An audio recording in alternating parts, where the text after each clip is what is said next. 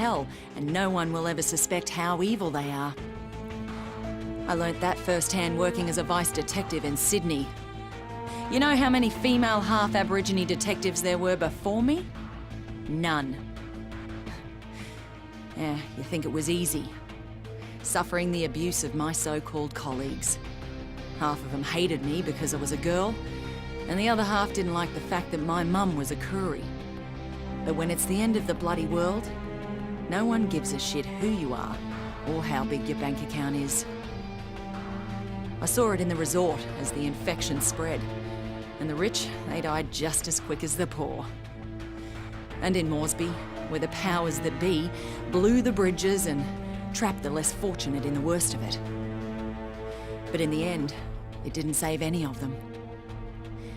When all the lies are stripped away, and the only thing between them and the bloody end is me, suddenly Purna is their best friend. Well, bugger them. I'm not here for them. I'm here for the ones who can't protect themselves. Anyone who lives in fear. I will protect them, and I will die for them. Because I was one of them.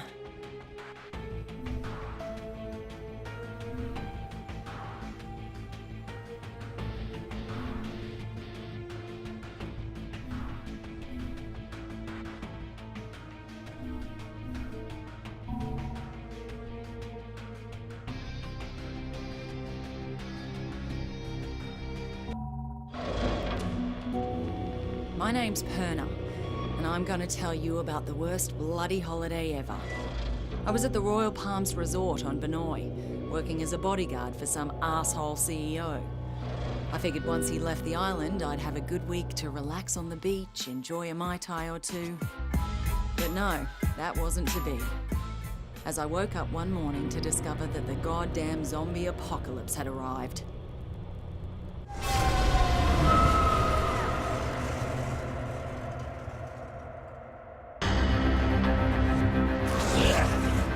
A local lifeguard by the name of Cinnamore saved my life.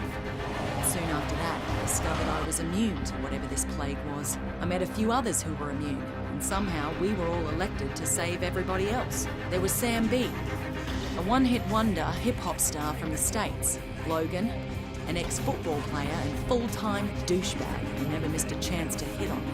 And Shin Mei, a sweet little hotel clerk who was as brutal with a blade as anyone I had ever seen.